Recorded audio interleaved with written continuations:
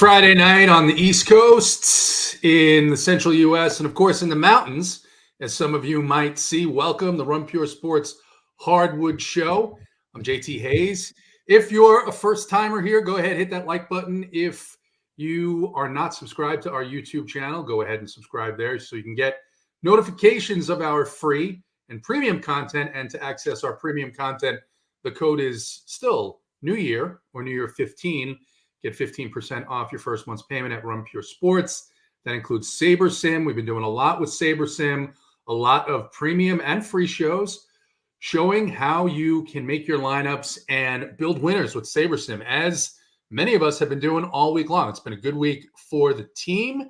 AP, we've got a 9-game slate with a ton of news. I don't know how much of this news is meaningful so much because the Pacers have everybody questionable now. I think this is a terrible trend you're seeing in the NBA as teams are getting fined for misusing the injury report, for not putting guys on the injury report. Now coaches are essentially being passive aggressive and saying, okay, everybody's questionable. And so I think that's something to watch for in DFS. And a lot of teams that just aren't very good here, where we're not going to want a lot of pieces from, which means there's just not a ton of value. And we have to look and see if some of the value that is popping is anything that's going to be usable, or if these are just terrible plays at high ownership. But your week's been pretty good. How are you doing on this Friday? Yeah, doing very, very well. It's good to be here with you two gentlemen on this nice Friday. I love the Friday show. Our record's pretty good, it seems like, on this Friday show.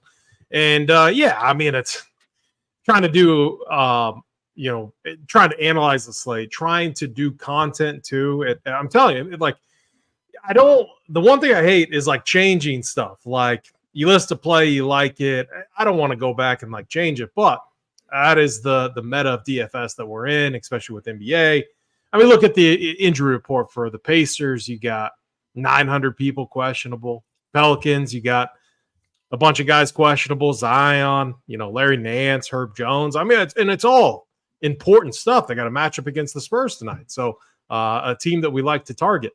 You got Şengün questionable, RJ Barrett, Emmanuel Quickly, Jakob Poeltl, both practice. So I kind of assume that they're going to be in.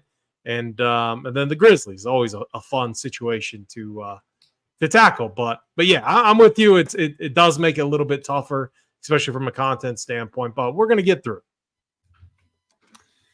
DC, we didn't want really to target the Grizzlies all that much last night. At least I didn't. I limited them to just one guy, and it turned out, one of their guys is in the winner. And it seems more volatile right now. We've got 9 games. AP just went through a bunch of the teams that have the injury reporting, but never mind. We're going to figure all that out.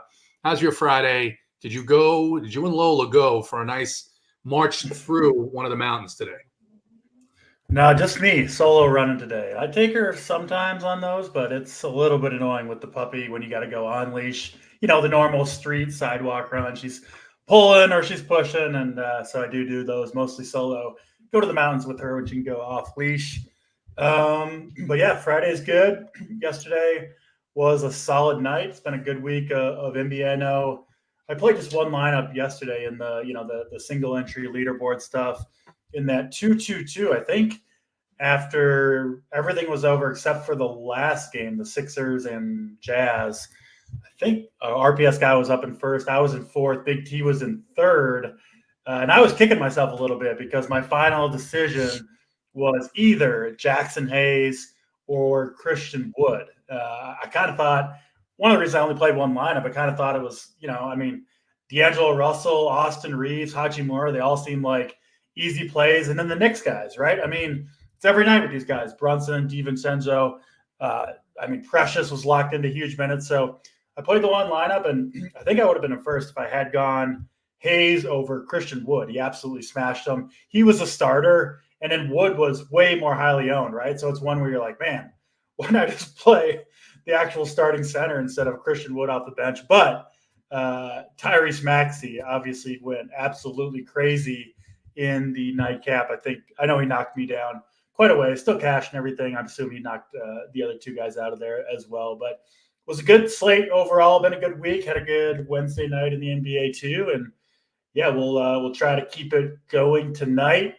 No football this weekend, which is a little bit weird, but of course we'll be in the golf showdown streets. AP, I know you got a show coming up. We've got MMA tomorrow, free show for everybody into the fight game. That'll be at 12 Eastern time. Me, Drew, JSU, and Mad Lab. So no football, but plenty of sports, and we'll try to keep the winners coming.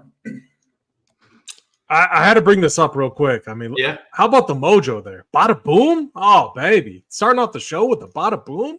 Love to see it.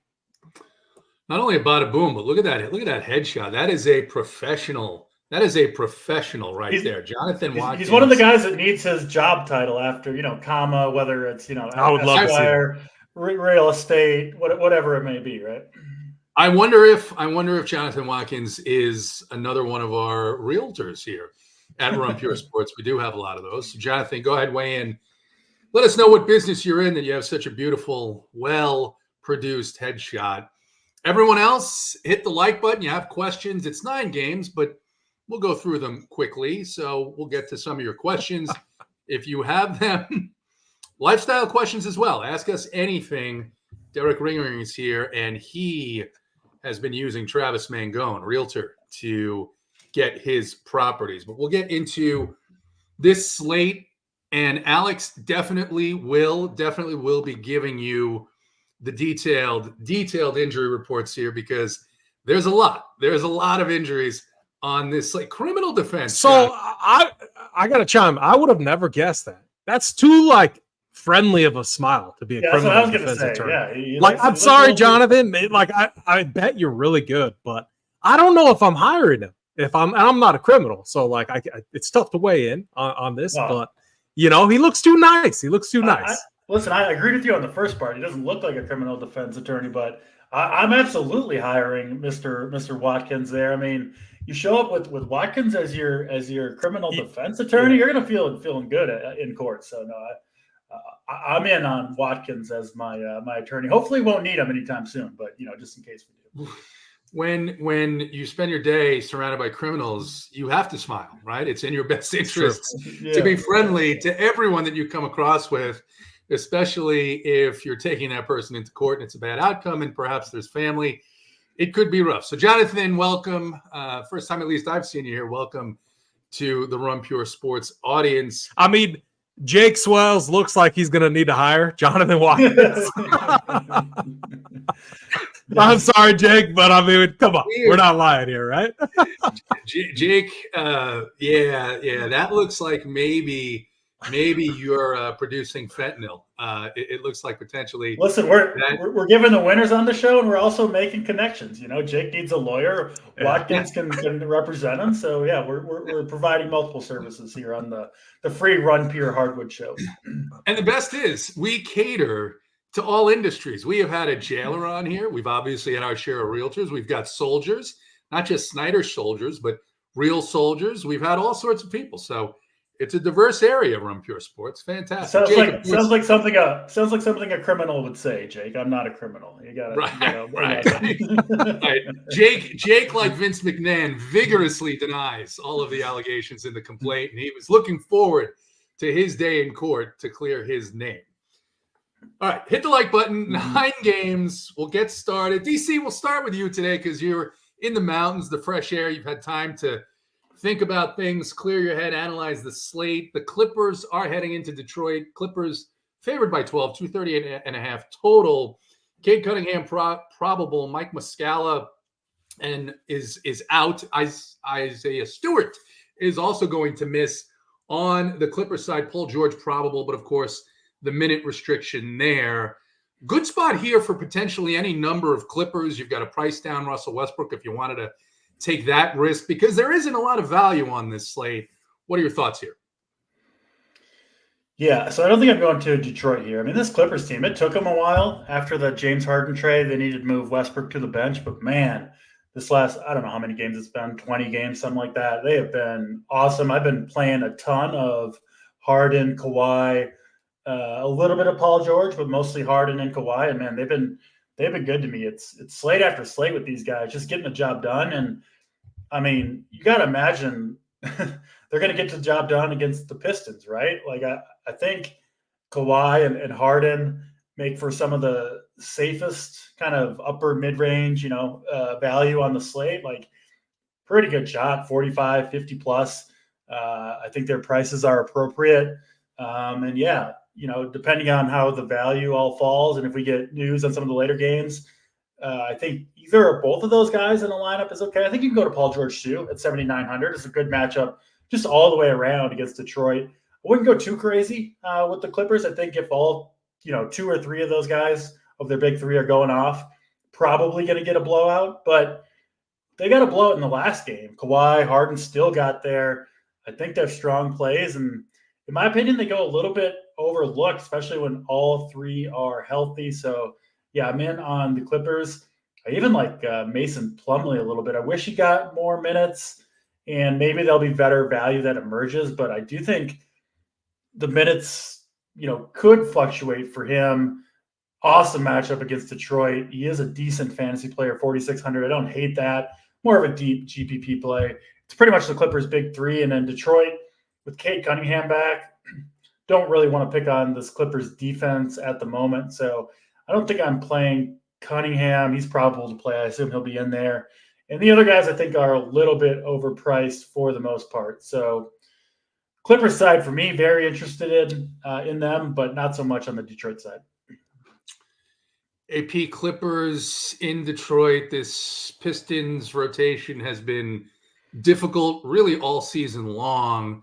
Nobody getting much over 30 minutes. What are your thoughts here? Yeah, you hit the nail on the head just looking at this rotation, especially last game for the Pistons against the Cavs. I mean, it wasn't like it was a blowout, 121 to 128. They ran, it seemed like 11 guys. I mean, seems like Dwayne Casey might be back, or I mean, who knows what's going on. I'm getting a little bit of those vibes. I mean, Muscala, again, he started, he got hurt. It was Kevin Knox that came in. Danilo Gallinari, a surprise showing from him, 22 minutes. But again, it's like, can you trust that? I can't. I saw Sar Thompson kind of popping. He played 17 minutes last game. The reason in early projections why you might see some of the, we talk about it a lot. Some of it has to do with the lack of news, and you're going to see some fringe value plays pop.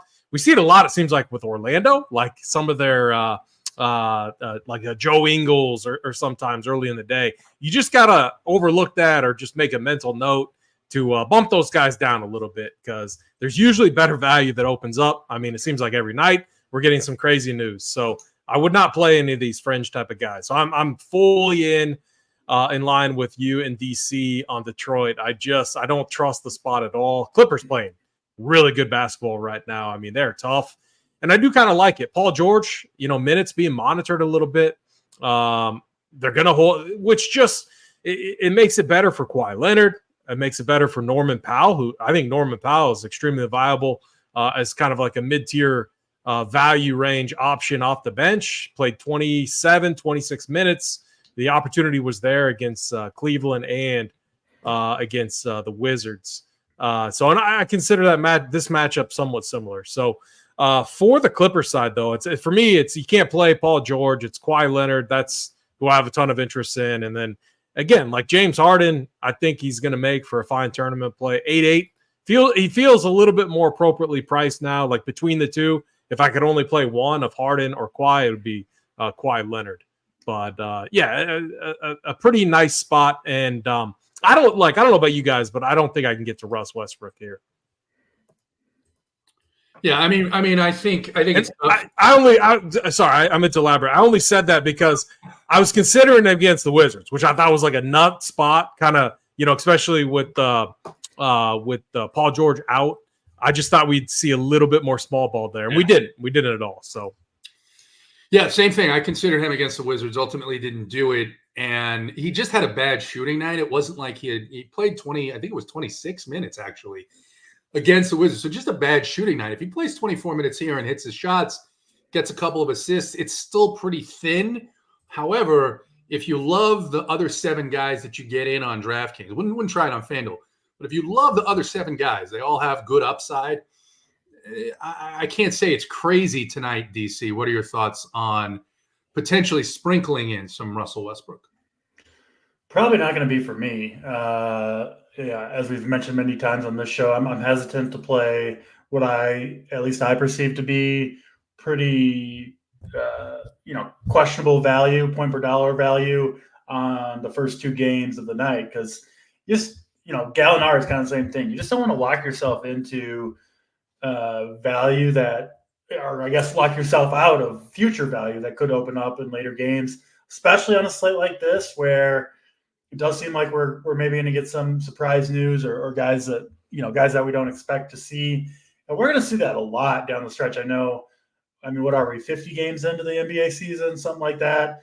We got the All-Star break coming up. There's always a bunch of shenanigans kind of leading up to that. I know that's about 2 weeks away at this point. And then after that, then you really get into crazy season down the stretch in the NBA where, there's teams completely out of it, tanking for draft picks. You've got teams wrapping up, resting guys, for the playoffs. So, yeah, we're already seeing it. We're kind of through the more predictable part of the NBA. No night is predictable injury-wise, but it's only going to get more crazy from here. And I'll be more and more hesitant as the season goes on to lock guys in early who I don't think are, tremendous plays. All right, that will wrap up the Clippers at the Pistons. We have a question from Jose Morales. Which high-owned players are you getting away from? Maybe at the end of the games, what we'll do is we'll go through and we'll look at the highest 6-7 guys ownership-wise and pick out who we might be a little bit less on. We have upstanding young people. We have Clips in the house. Clips, while you're taking care of your digestive health, go ahead and hit the like button for us as we move on to the next game. Miami, talking about those Wizards. They will go into Washington to take them on. Miami favored by 7.5. 228 total. Jamal Cain is questionable. Duncan Robinson is out for Miami. Orlando Robinson available to play on the Washington side. Marvin Bagley is out. Isaiah Livers is out. But Jordan Poole is going to fight through an illness, DC, as is Landry Shamet. Thoughts here, the Heat with now a very large rotation, almost everybody healthy. Prices a little bit down in a great matchup, but still a lot of guys seeing the court here at Washington. The Heat are tough right now when they're fully healthy, right? Tyler Hero, obviously the addition of Terry Rozier. They've got Jimmy Butler. They've got Jaquez, who's an emerging player. Cody Martin does things for this team. The one guy they're missing, Duncan Robinson, is just kind of a spot-up shooter, doesn't take a ton of usage. Anyway, so obviously the matchup against Washington, arguably the best matchup in the league here. And you can never write off any team against the Wizards. I think my approach to this game, though, is really centered around one guy, at least on the Miami side. That's Bam Adebayo, who gets, just centers against the Wizards. I've got them as like the second or third best overall, positional matchup against any team. And Adebayo, I know he's been, a little bit underwhelming recently, has had tougher matchups for the most part. And I do think just, the game log watchers, they're going to see Adebayo at, in the kind of mid-30s, 4-5 games in a row. I think that'll hold his ownership down a little bit, but he's a guy who can do a little bit of everything, which I like against the Wizards. He should have his way. And, listen, maybe not the highest upside in the world, but at 8,400, they'll definitely take 50, 55. I think that's very doable against the Wizards in a really, really nice floor play, right? He's really unlikely to kind of sink your lineup. I think 35, 40 is a pretty reasonable floor that he's going to hit the vast majority of the time with some upside baked in. 8,400, I'm seeing him around 7 to 10% ownership. Seems pretty fair to me for, I think, the best play on the Heat in pretty much the best matchup possible. So very, very high on Adebayo. I probably won't go anywhere else on the Miami side on my main lineup. I do think, Butler, Hero, Rozier, they're all reasonable plays, but it is really Bam Adebayo that I want to get in my lineup tonight. Wizards side, obviously not a good matchup against a very good defensive Heat team. And I don't know. Have we seen these guys really kind of come through with the new coaching staff? AP, the minutes have been a little bit more consistent, but against the Heat, I'm just not sure I want to trust the Wizards on this slate, on a 9-game slate. So Bam Adebayo, absolutely love him. I don't see a ton else in this game that I'm super interested in. All right, Bam Adebayo, not showing a ton of ownership, but still pretty good play. AP, what are your thoughts here with the Wizards and the Heat?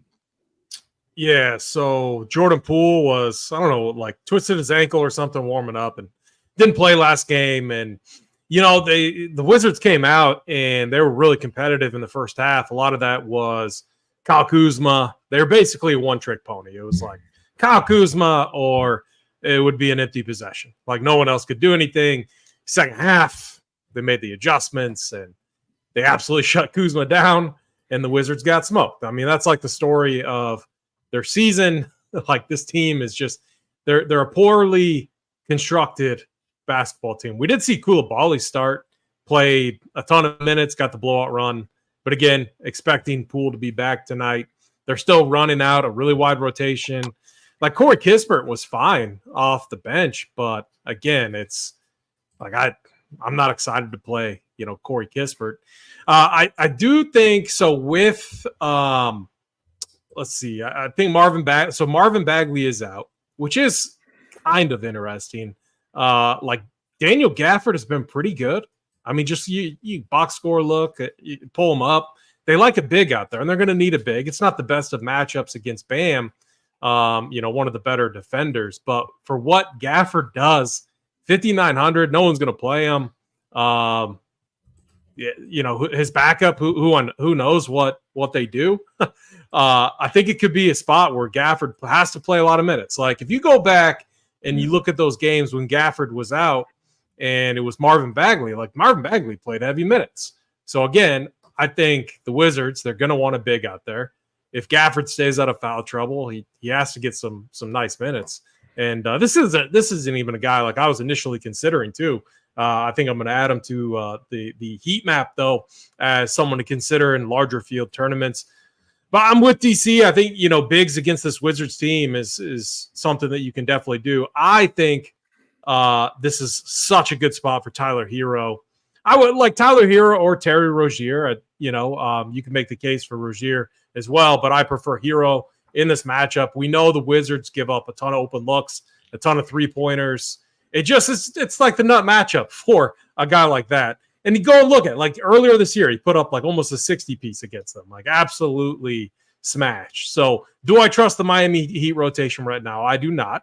But Tyler Hero, 6,700.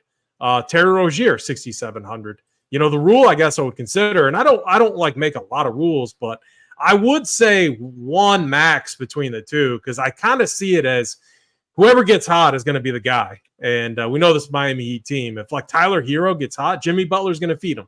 That's what they do. Bam's going to feed him. So I kind of like that rule, one max of Tyler Hero, Terry Rozier. Jimmy at 7-8. Good matchup. Is he going to be motivated?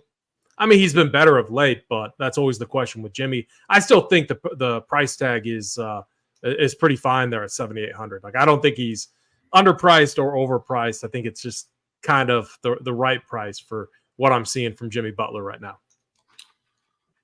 All right, we are moving on. Next game, Sacramento, the Kings heading into Indiana. Sacramento favored by 4, 248 total here. Indiana on a back-to-back, and here is the injury report, Alex. Kendall Brown, Tyrese Halliburton, Benedict Mathurin, Jalen Smith, Oscar something, Miles Turner, Isaiah Wong, all questionable. On the Sacramento side, Sasha Vezenkov has been ruled out again. AP is a tough spot, and it's getting even tougher to play any of these Pacers with Halliburton on a 22-minute limit, 22 to 24-minute limit. They have 6 or 7 power forward centers that they rotate all night long. But what are your thoughts here? Obviously, a very good matchup for the Kings because of the expected pace of this game. Two of the fastest teams in the NBA. Yeah, and with the Kings, I mean, if you're following this team right now, running a very, very tight rotation around their starters. I mean, let me just list this out. Keegan Murray, over 38 minutes last game. Kevin Huerter, over 38, almost 39 minutes. De'Aaron Fox, 30, round up, 37 minutes. Sabonis, 38 minutes. Harrison Barnes, almost 37 minutes. I mean, that's a like playoff type of rotation right there with how tight they're playing. And we get a relatively good matchup, pace-up spot. There will be some fantasy points to be had here. I think the Kings are a great team to target. Sabonis, a little hashtag revenge going against, obviously, his former team. But it's more fun just to say that. But in reality, Sabonis has been smashing. The guy, put up a triple-double against the likes of Bam last game. It was a monster, 19, 17, 13. Going back to Memphis, he had 26 rebounds. It's absolutely insane what Sabonis is doing. I think I talked about it on it was against Miami. It was like I said, don't forget about this guy. If you're a multi-entry player, make sure you get a little piece of him. Like, I just would not fade him. He's capable of putting up big numbers, monster numbers, night in and night out. So he busts sometimes, but on most nights, he gives you a high floor, high ceiling combination. That's what we like, especially in a matchup against the Pacers. De'Aaron Fox has been the guy where it's like, if you just look at it, and if I told you, hey, he's playing like 36 plus minutes a night pretty consistently, and he's under 9K, I'd be like, yeah, he's underpriced. That would be a staple that I would want in my lineups. But he's having a really up and down season right now, and it's just Sabonis is the guy that's carrying him. And was Sabonis an all-star snub too? Yeah, I was gonna mention that, AP. But that's egregious. That's very egregious. Go ahead, though, DC. They went with Towns over him, which I think is just crazy. But quick Google search, which I did while you were talking. That all-star snub cost Sabonis $1.3 million in a bonus that he would have got. So you've got, listen. Oh, you got some angry narratives right there. Oh, yeah. Against the Pacers team that's super soft defending the rim where Sabonis does a lot of his damage. And, you already mentioned this one, but back in Indiana where obviously he started his career in a great matchup. What a spot here for Sabonis who's absolutely crushing it right now. I got to get in on some Sabonis. You attack a guy's pocketbook, right? $1.3 million. You got to come out and show people what's up. So, with this game, with this game, I think the Kings, they just check so many boxes for me. And like Sabonis, like you're getting a tight rotation, good matchup. Like Keegan Murray, underpriced. Kevin Huerter, the other guy that you can make a really strong case for. So absolutely love the Kings. And the Pacers, I agree with you, JT Hayes. And Tom, come on, Tom. You got to come talk to my wife. I watch, it is annoying how much basketball I watch. So, I turned off the national championship game, college football game, to watch it was the Washington Wizards and Oklahoma City Thunder. So there you go. So I think that's telling. Throw just a couple more things on the Sabonis fire. So the Pacers allow the fewest three-point attempts in the entire league, which obviously is not Sabonis's game really at all. It's 0, 1, 2 attempts for him, but a ton of baskets in the restricted area, which Sabonis is one of the very best at in the league. Throw in the narratives. We got an early front runner for the Mountain Basement Player of the Day, and Mr. Sabonis, I think. DC, do you want to elaborate on any other players in this game, or basically in agreement with what AP said and very high on Sabonis? Yeah, very high on Sabonis, obviously. I'm mostly out on Indiana. Obviously, depending on, if all of the guys are out except for one or something like that and something emerges, because it is still a good matchup on the Indiana side of the ball, right? But without that information, I do think most of those guys are probably going to end up playing. And if that's the case, I'll be mostly out on Indiana. And honestly, when I play Sabonis, I usually don't pair him up with many other teammates, Kings players, because he has to do so much, right, to really get there at 10.4K. that it's kind of hard for anyone else to get there. Mentioned the Indiana really defends the 3-point line well. Seems like a perfect spot for Sabonis to me.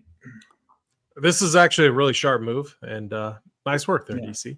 Yeah, thank you. One last point here. One of the, and perhaps the highest owned king tonight is Kevin Huerter. To DC, the point that DC made about the Pacers defending the 3-point line. He's in the Dante DiVincenzo spot from last night, which is to do okay, but maybe not be the piece you need at that price point, at that ownership. So maybe a little bit of caution there on Kevin Huerter, moving you more towards interest in what we saw last night. Hartenstein, Precious, Sabonis, Murray. Could be a good pair. One question for you guys. Do you guys believe this rotation with Aaron Nesmith? I mean, he is getting a ton of run right now. And the second I say that, right? I mean, we're going to get – I mean, Rick Carlisle is going to 16 change it all up. Yeah, here's what I would say about Nesmith. The minutes have looked consistent, right? 36, 30. I mean, crazy minutes for a guy on the Pacers. It's a back-to-back for the Pacers. Yeah. And what Carlisle does more than almost any other coach on back-to-backs, those guys aren't playing nearly those minutes, right? So I would expect to see him play maybe 2/3 those minutes. I would be surprised if he goes another 34, 35 minutes. DC, thoughts? Yeah, I'm with you. I really don't trust this Pacers team, and on this large of a slate, I don't think you really need to. So I'll be mostly off the Pacers, or at least I'm planning to, assuming at least some of these questionable guys end up playing tonight. All right, we are moving on. Phoenix at Atlanta. Phoenix favored by 3.5. Some really nice prices here on the Suns. 249.5 total, DC. Pretty high. Looks like an interesting game to watch. I think I want a piece of this game in my main lineup. I'm not sure if that's going to be the at least projected highly owned Bradley Beal, but I do think that there are some plays here. Injury news here. I'm just going to give you the guys that maybe aren't going to play or are questionable. And that is someone named Mohammed for Atlanta who never sees the court anyway. DeAndre Hunter is questionable. Vit Krejci is out. Phoenix, fully healthy, but still a pretty tight rotation recently as these teams angle for the stretch run. DC, what are your thoughts? Yeah, so it's kind of tough with Phoenix. Obviously, everybody back. Booker, Durant, Beal, all playing well, all playing big minutes. Hard to argue with Beal at 6,500 and obviously a very good matchup against Atlanta. I have no problem with him whatsoever. He is my favorite of the Booker, Durant, Beal trio, obviously largely due to the price. Hard to find, value. He's not a value per se, but point per dollar value, I think he's better than Booker and Durant on this slate. And I know I've recommended a lot of centers in each game, but I do like Yusuf Nurkic quite a bit here. Atlanta just getting absolutely destroyed by opposing centers. They give up a ton of blocks and steals. Nurkic can do those two things. I know the minutes for him are certainly inconsistent, but he does have a ceiling. He does put up 40, 50 fantasy points from time to time. It kind of seems like it comes out of nowhere, but if you look back at it, most of the time it's in a matchup like this one where he's just crushing, right? I mean, getting the stocks, getting on the boards. And this obviously a perfect matchup, high total. So this does seem like a game where Nurkic could go off. I do think he is kind of like the Sabonis Huerter situation, a pretty good pivot off of what looks to be a pretty chalky Bradley Beal at that same price tag. I'll take a 5% Nurkic over. I know they're different positions over a 35% Bradley Beal. That makes sense to me. I think they're projected for about the same. So really like Nurkic. Beal would be my second favorite play on Phoenix. Atlanta side, I mean, Okongwu's cheap, but they are getting a little bit healthier. Obviously, even more so if DeAndre Hunter is going to play, which I think he will. Trae Young, DeJounte in there. So yeah, this rotation, which for a while was, just big minutes every night for the wings, especially, maybe not quite as true anymore. So definitely like the Phoenix side of the ball more than Atlanta. Not planning to play too many Hawks in this one.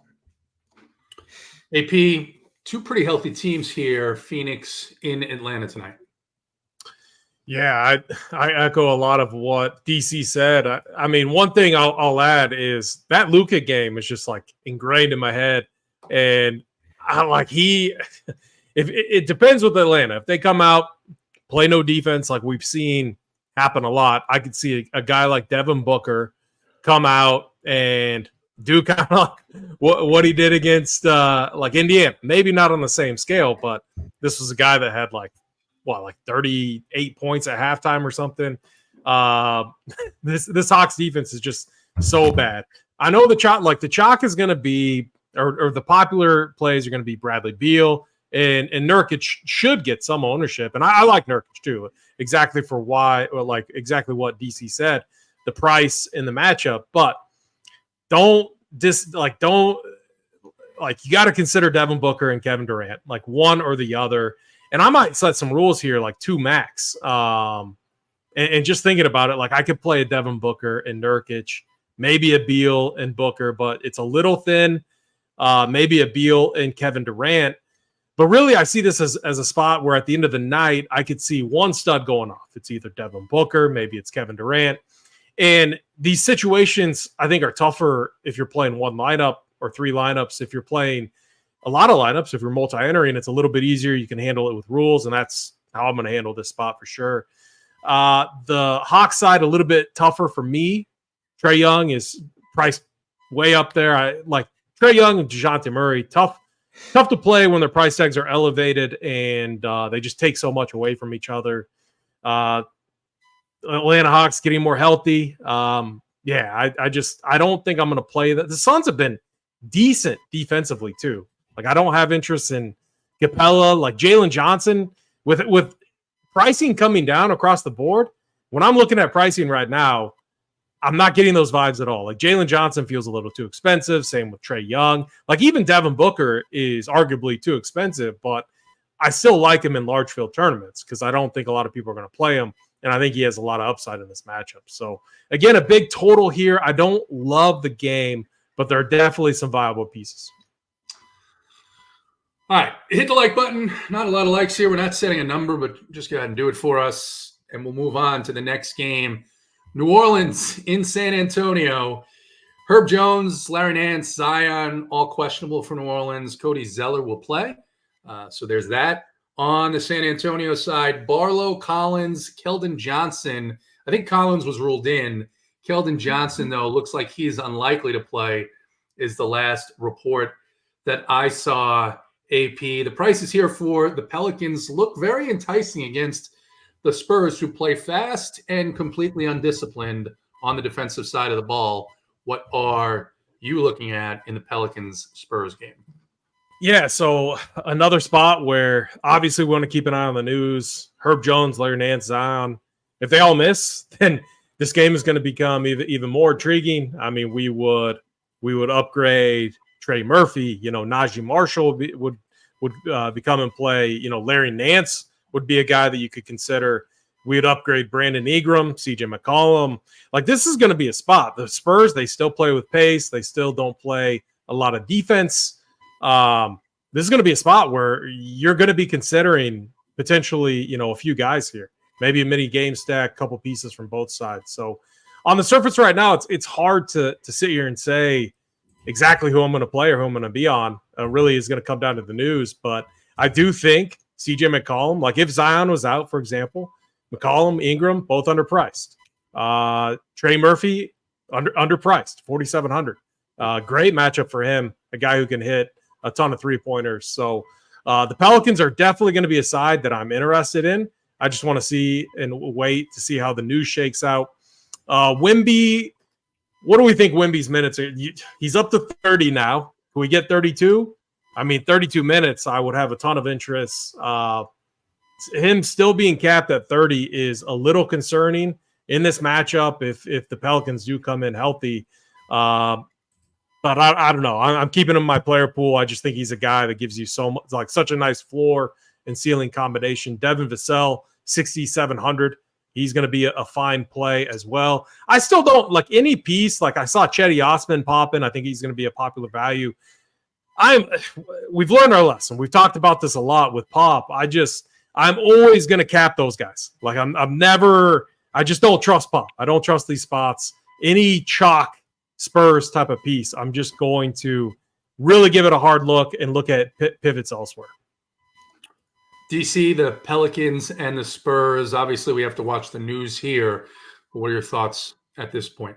Yeah, this isn't the group of 8 p.m. Eastern time games. It's the last group, last window on the slate. So obviously the value in these games, there's no one else to wait for. So yeah, I think depending on how the news breaks, I think you could see Cedi Osman. I'm seeing him projected right around 30% on a couple different sites. So, I mean, that seems a little aggressive for a guy coming off the bench for the Spurs, who's not that great anyway. I get it, though. He does project as one of the better values in that range at the moment. And like I said, you will know when this game locks if he's still projects as one of the better values. I think there's a decent chance that he will. I don't have a problem with the play, just a little bit of an issue with the ownership on a guy like Cedi Osman, but I totally do get the play if you need the value. I don't think there's any problem with leading him in there. Wembanyama is interesting. I mean, the minutes have ticked upward.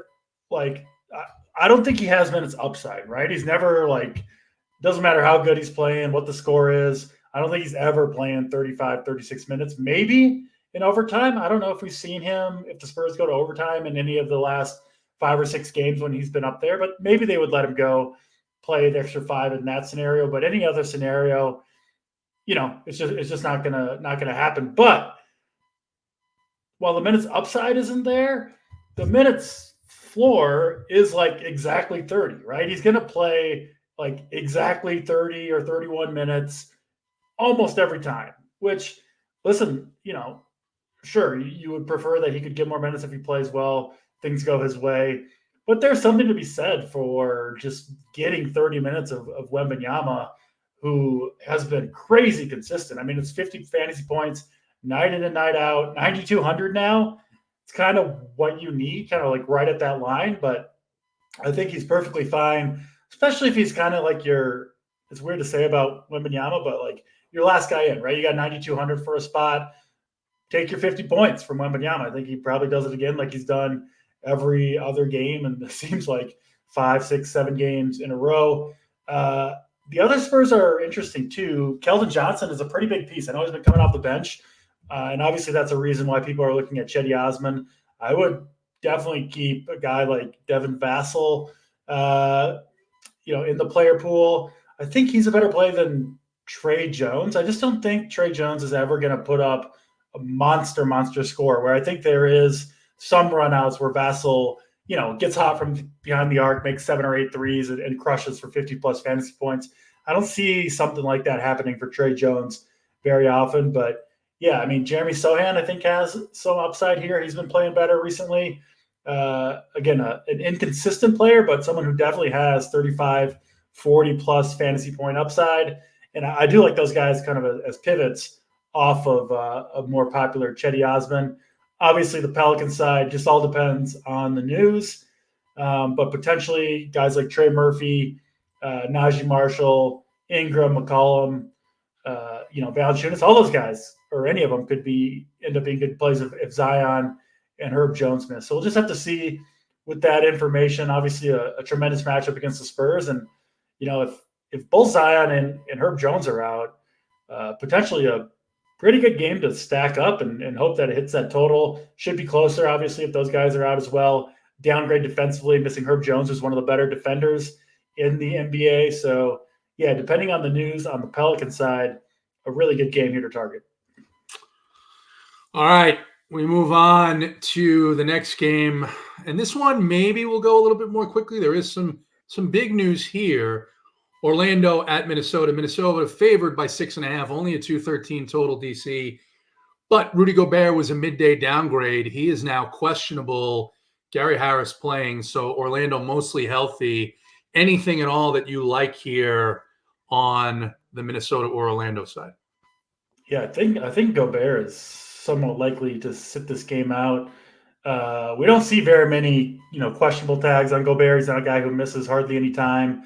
And I think the couple times this year that he's missed, I believe it has been midday downgrades that have ruled him out. I mean, I think it's kind of crazy Towns made the All-Star team over Gobert on the number one defense in the league, right? That's their whole identity, obviously anchored by a guy who's the odds-on favorite to win Defensive Player of the Year, and you take Towns over him. That seems a little weird, and I don't know if that probably has nothing to do with Gobert being questionable in the next game, but if he's out, obviously you got to react on the Minnesota side. I think Towns would become a pretty awesome play at 8,300, and then of course, a favorite value play of a lot of people. I totally get why. Naz Reid, 4,400 would become an amazing play. I think a play worth keeping a spot open for, I think, is Naz Reid. Not someone I would want to be locked out of if Gobert does end up sitting this game. Just too much upside at 4,400. We've seen Naz Reid plenty of times go off for 40-plus fantasy points. I think he's got that type of upside in this game, even if he doesn't start. Big news to watch for Minnesota, and news that I think you should plan on. For me, I'm going to kind of plan on Gobert being out and then adjust. There's enough games in this window where you can move things around if Gobert does end up playing. Orlando side, less interested there. They've obviously been a team that's been banged up for a lot of the year, but I think they're like fully healthy now. Maybe Gary Harris is questionable, but he doesn't do much anyway. So yeah, with this team healthy, going up against the number one defense in the league, I think a pretty easy pass on the Magic tonight. AP, thoughts on the Minnesota Timberwolves and the Orlando Magic? Yeah, so with Orlando pretty healthy or almost fully healthy, like DC said, this team early on in the season, we saw them run this rotation around Paulo and Franz Wagner, kind of seeing that again. It's tightened up a little bit in the backcourt. And that has to do a lot with like matchups. So like for tonight, honestly, when you look at the Timberwolves, Anthony Edwards, obviously you're going to want your best defender out there a little bit more covering him. And so I think Jalen Suggs underpriced here, 4,600. I think he's a really interesting tournament play. I have him over kind of where the industry consensus is for minutes. And that's a matchup type of thing to match him up, more defense on Anthony Edwards. And it comes down to hitting his shots. If he can hit a shot, if he's efficient from the field, I think he pays off that price tag. And now, again, context matters. We could have news that pops up between 7 and 8 Eastern window, which changes things. It changes my thoughts here. We have a lack of value right now. You could get some key player out that creates some really elite value at this position that takes me completely off of Suggs. But right now, I don't hate Suggs. I think he's somewhat interesting. And Franz Wagner, 6,900 feels a little bit tight. But again, the Timberwolves, one of the better defensive teams out there. I would like Franz if Rudy Gobert was out. And the reason is when you think about Franz's game, very good at getting to the rim. Gobert out, that means Timberwolves don't have as much rim protection. Rudy Gobert, very good at protecting the rim. So it kind of, makes a lot of sense, at least on paper, for Franz if Gobert was out. And then, on the Timberwolves side, if Gobert is out, we'd bump up Towns. You could bump up Naz Reid a little bit as well, 4-4, nice price tag. But again, I'm not going crazy with this spot because the Magic, they play with no pace at all. They like playing in the half court, and that just creates less opportunities not playing in transition. So even if Gobert was out, I'm not rushing to the spot to make Karl Anthony Towns a core play. Gobert is a little bit soft. He could be crying in his car, Martin Brooks. Totally possible that he is upset somewhere in a corner. We move on. Next game, interesting here because of the news. Toronto is in Houston. Houston favored by 4.5, a 232.5 total. On the Houston side, Alperen Sengun is questionable. Tari Eason is out. For Toronto, Jakob Poeltl, Emmanuel Quickley, and RJ Barrett all questionable. Jonte Porter is going to remain out, and Marquise Noel is also going to remain out. AP, thoughts here? Obviously, some big news on the Toronto side, but still a pretty good matchup for many of these Rockets.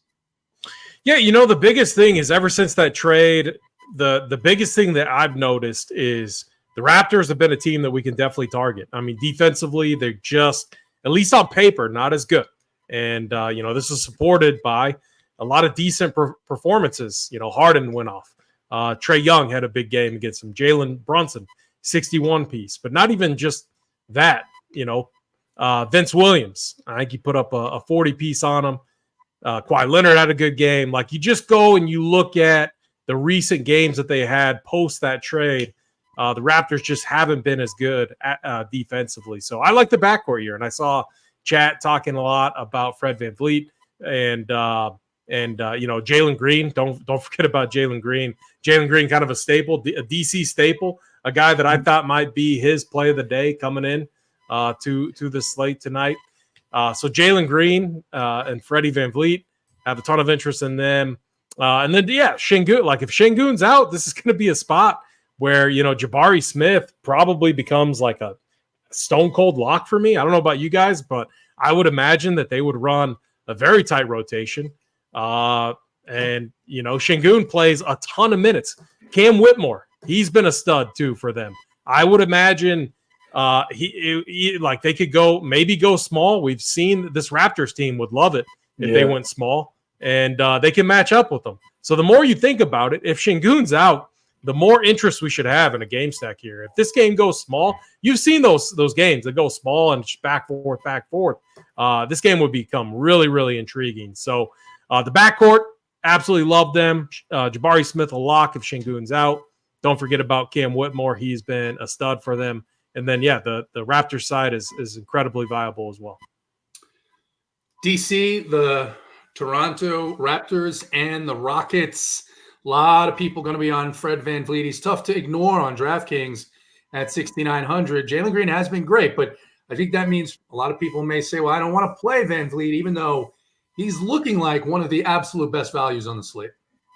Yeah, a lot of people talking about a beeping sound, which I do not hear. So I don't know if you guys hear that, but not sure what's going on. No, in fact, I turned the YouTube video on and I turned this off for a second so I could see. Yeah, because I don't hear it either. So potentially we could make a rule the next person to mention the non-existent beeping sound. I hear something. Do you?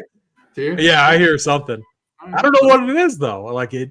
I don't hear it. It might be the government, like that movie that JTAs. Mute yourself real quick. I'm just curious. Nope, it's still there. All right, now you DC, mute yourself. Now I don't. Now I just heard it before. Now I don't hear. There it is. It's DC. We figured it out. Oh. No wonder I can't hear it. It's coming from me, but I have no idea what it is or. It's like so faint. We began this show talking about occupations and the benefits of Run Pure Sports, and we just conducted a hearing test. If you did not hear that beeping noise for the last 25 minutes, remember that test? Get your ass to the ear doctor as soon as possible. You potentially have early onset dementia. DC, talk to me about the Raptors and the Rockets, and then mute yourself real quick so we don't. Yeah, no, I'll be. I could have solved this whole problem just muting myself while you guys are talking, but I'll keep it brief. I mean, you got to look at the Rockets side here, especially if Şengün is out. But these guys are good plays, even if Şengün plays. AP made awesome points about the Toronto side. If Pirtle's out again, I mean, they're playing Thad Young a bunch at center. Look at the remaining guys they have. I mean, they have no rim protection left. Quickly's not a good defender. Schroeder's not a good defender. RJ Barrett's not a good defender. It's a team that, obviously hasn't played together a ton. So, yeah, Rockets look awesome here, obviously, especially if Şengün misses. I will say Şengün was at shoot-around, and it's an illness. So I think the chat's too good right now. I think the likely thing is that he plays, but they got to list him questionable just in case, right? I'm in on the Rockets, mostly out on Toronto, and I will now go on mute. I like that one. DC's ankle monitor is a little bit too far away from the charging station. They think he's made it out of the house and into the mountains. All right. BG, you're right. I was about to kick people until I finally heard it. So there you go. I'll be heading to the ear doctor next week. DC, we'll move on to the next game. And it's another game where I like a couple of pieces here.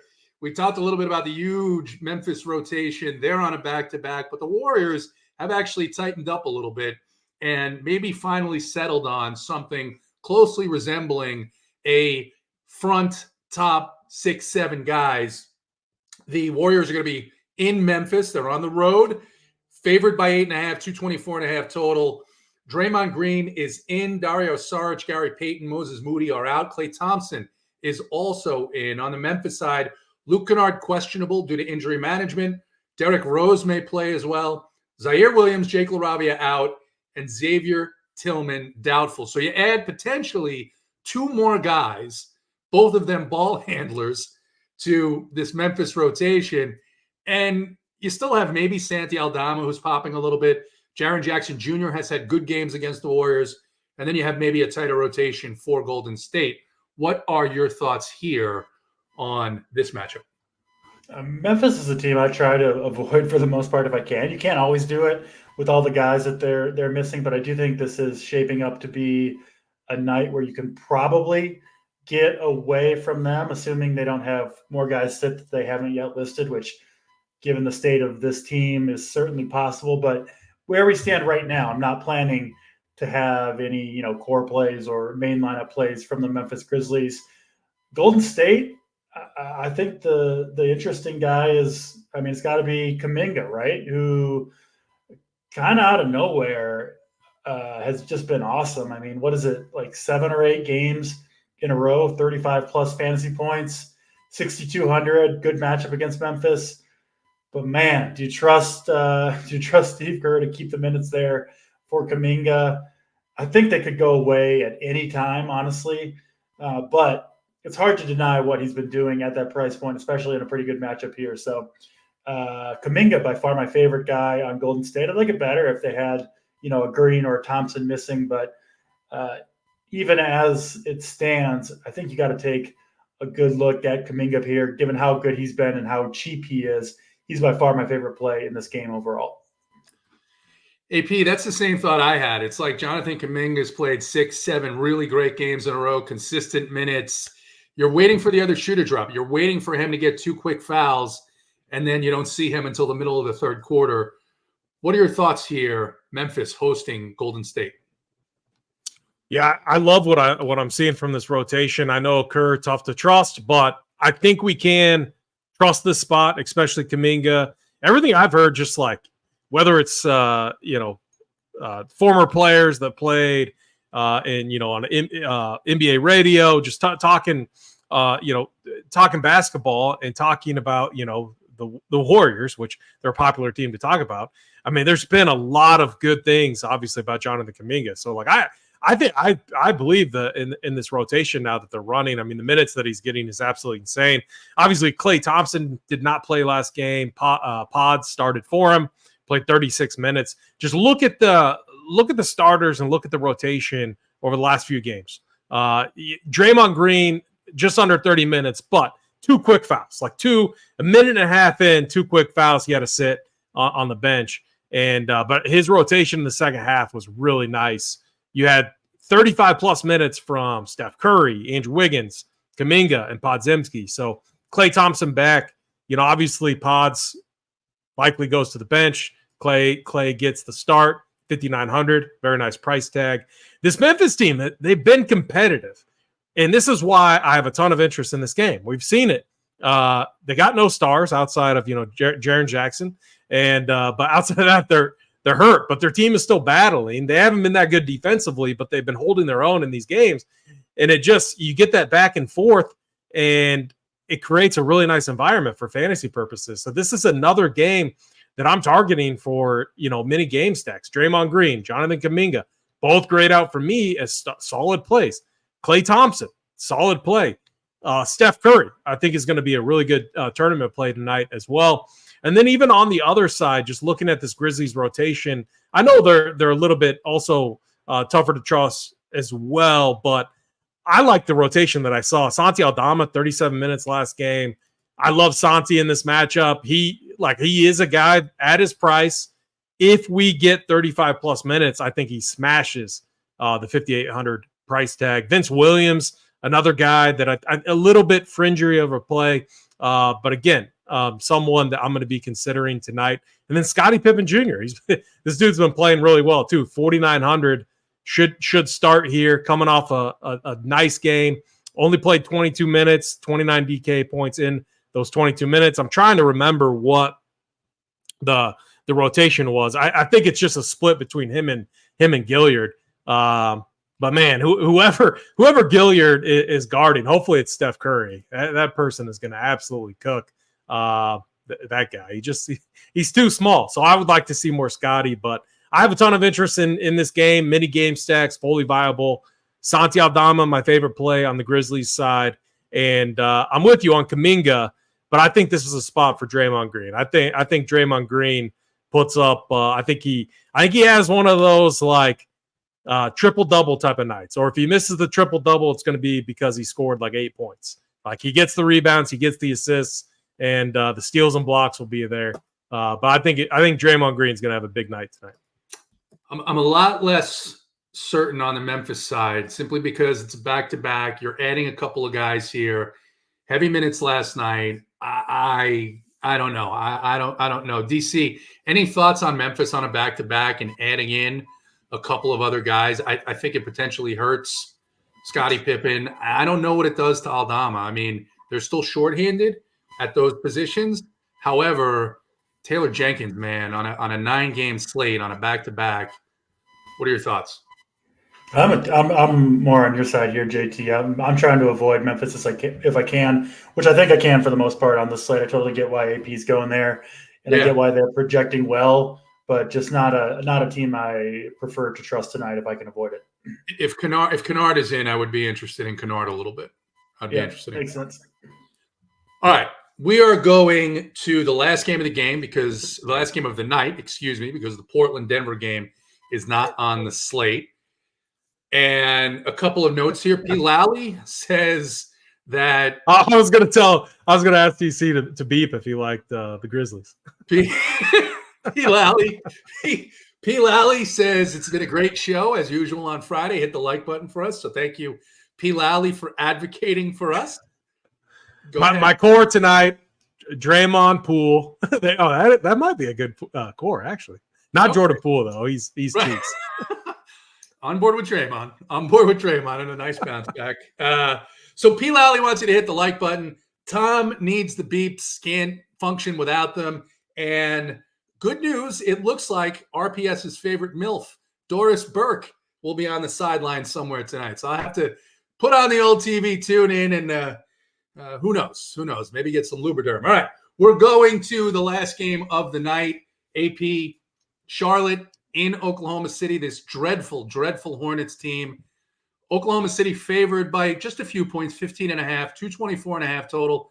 LaMelo Ball doubtful. Gordon Hayward, Kyle Lowry are out. And really bigger news on the Oklahoma City side, Jalen Williams is out, who's been playing fantastic. He's injured for the Thunder, and Isaiah Joe going to miss this one as well. What are your thoughts here, Charlotte at Oklahoma City? Yeah, so similar situation to what we had last game. They had a tougher opponent, and the Nuggets, they got the win though. Impressive win. I mean, actually, not that impressive. No Jokic. I forgot about that. I just had to pull up the rotation log there. So like the reason I'm looking at this rotation too is I wanted to see because like the OKC, they're a team that can be frustrating from a rotation standpoint. They like to play a lot of dudes. It was Aaron Wiggins played 24.5 minutes off the bench. Cason Wallace, 20 minutes, which is pretty standard. Outside of that, you had sprinkles like Davis Bertans, 9 seconds. a whole 9 seconds of play from Davis Bertans. I always forget that he's still in the league. Just hilarious. But SGA, 35 plus minutes. Lou Dort, 36 plus minutes. Chet Holmgren, he had a really nice game, 51 DK points as well. He was the guy that I was looking. It was him and Giddey. I thought we would see more minutes from Giddey, but Giddey's rotation, he had no fouls the entire game. He was a -2 in the plus-minus, which doesn't really matter. But his rotation was the same. So it's like, even though we're down Jalen Williams and, a couple pieces there, Josh Giddey's rotation did not change, which is concerning. So for me, I'm going right back to the studs. It's SGA whenever I can get him. The guy, his floor ceiling combination is insane. It feels like he's a lock to get you 55 plus on a nightly basis. And Lou Dort, he's 3,800. I mean, I know it's Lou Dort and he could play 40 minutes and get us like 18 fantasy points, but he's been a little bit better of a shooter this year. Not great, still not great shooter, but a little bit better. This is he's a starter. He's going to have to play a lot of minutes here. I could get behind some Lou Dort. And then Chet Holmgren, bigs against the Hornets, 7,600. I think Chet's a phenomenal play. Outside of that, it's if you want to mix it, in multi-entry formats, will Aaron Wiggins be in my player pool? He probably will. Am I going to have a ton of them? No. 5%, 7%, something in that range. It's just sprinkling some of these guys in as filler tournament value plays. Because OKC, if they end up blowing out the Hornets, I could see an Aaron Wiggins getting there, or whoever it is, even the other Jalen Williams, who's a flat 3K.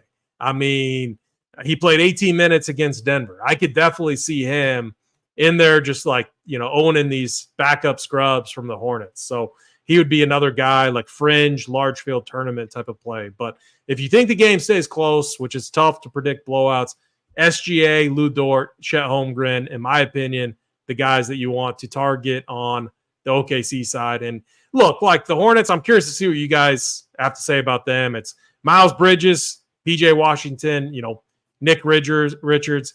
I semi-trust those guys. And Cody Martin, I think, is fine, but this team can be very tilting to play as well. Some news here before we get to DC on the Indiana Pacers. Miles Turner ruled out for the game this evening. Benny Mathurin is available to play. And Tyrese Halliburton and Jalen Smith are game time decisions. DC, AP mentioned Jalen Williams, the backup center. And we've taken centers against this team all season long. Sometimes on some slates, we've played both centers against this Hornets team. I do think Williams here is in play at 3K. I actually like him quite a bit if none of this other value pans out, simply because he, paired with Lou Dort, allows you to get to more of those upside plays throughout the rest of your lineup. But what are your thoughts here on Charlotte and the Thunder? Yeah, mostly off the Charlotte side of the ball. Sorry about the beeping, guys. I honestly have no idea what it is, but I'll try to get through this. OKC side is interesting. Is it getting worse? I'm it's pretty bad. It's pretty bad. It's pretty All bad. right. It's not as bad as this. Yeah, I closed Discord. I don't know. I'm trying to figure it out. No idea what it is. I do like the Jalen Williams call. He's in the rotation. He's going to play regardless, and I do think he would close a blowout, which this game is the most likely game, in my opinion, to blow out on the entire slate. So in on Jalen Williams. I don't think it's smoke detector. I'm not sure. I don't have a ton else here. I think OKC blows them out here. So I do like the kind of the backup plays. That's it. What about carbon monoxide detector? Not bad.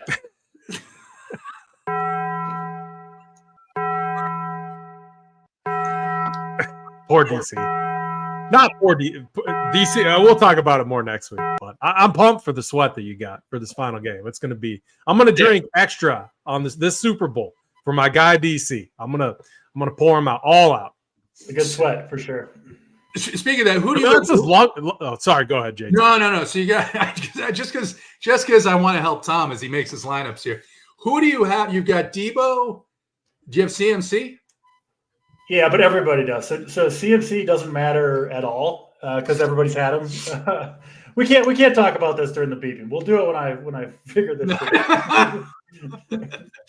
All right. GoFies wants to know, it could be sex toys with low batteries. So interesting there. But we got through it. You guys are even better off for the beeps than you were before. Jonathan Watkins is ready in case it is the ankle monitor to go ahead and step in and get you off of that thing. So go ahead and reach out to him. Jonathan, what state are you? Tell us a little bit about yourself. Give us a website here. Drop it in because we definitely have some members who every now and then run into a little legal challenge. We'll get to the plays of the day, and I'm going to start with my play of the day, just because I think we kind of know where our other two guests are going here. But I'm going to go to that Golden State-Memphis game, and I like this price. I like this play for Klay Thompson. Klay Thompson is the Eiffel Tower play of the day. DC, you had said earlier, Domantas Sabonis was in the running. He was the leader in the clubhouse, but did someone usurp him for the Mom's Basement play of the day? Now the beep play of the day is Mr. Sabonis. Hopefully the beeps didn't stop, as I mentioned, and that would be a bad sign. But he's got all the narrative going. Perfect matchup. Miles Turner out. I think Sabonis puts up 60+ tonight. All right. I didn't hear the beeping there. And Jonathan Watkins, as a matter of fact, I have a client for you. Holden would like to get off of the sexual registry list in Colorado. AP, the gentleman's play of the day. It is not Draymond Green. I will say that. It's not Draymond Green. I had this circled for a while. I think he's just going to have a big night. I mean, the Wizards play no defense, like none at all. I know the opportunity is going to be there. I think people are hesitant just because of the backcourt between Hero and Rozier. I'm just telling you, this is a Tyler Hero spot. Like I think he's like a lot hesitant. Anytime we say lock, we know how that goes. But I'm gonna say, I feel like he's a lock for 40+ DraftKings points, 6,700. Very, very fair price tag in this matchup. I think he puts up a big one against the Wizards. A big one for Tyler Hero. You've got. I didn't know where I was going with that. Domantas Sabonis and Klay Thompson, your plays of the day. He's heating up. He's heating up. He's heating up. He's heating up. He's heating up. He's heating up. Why you got that on repeat? He's heating up. He's heating up. He's heating up.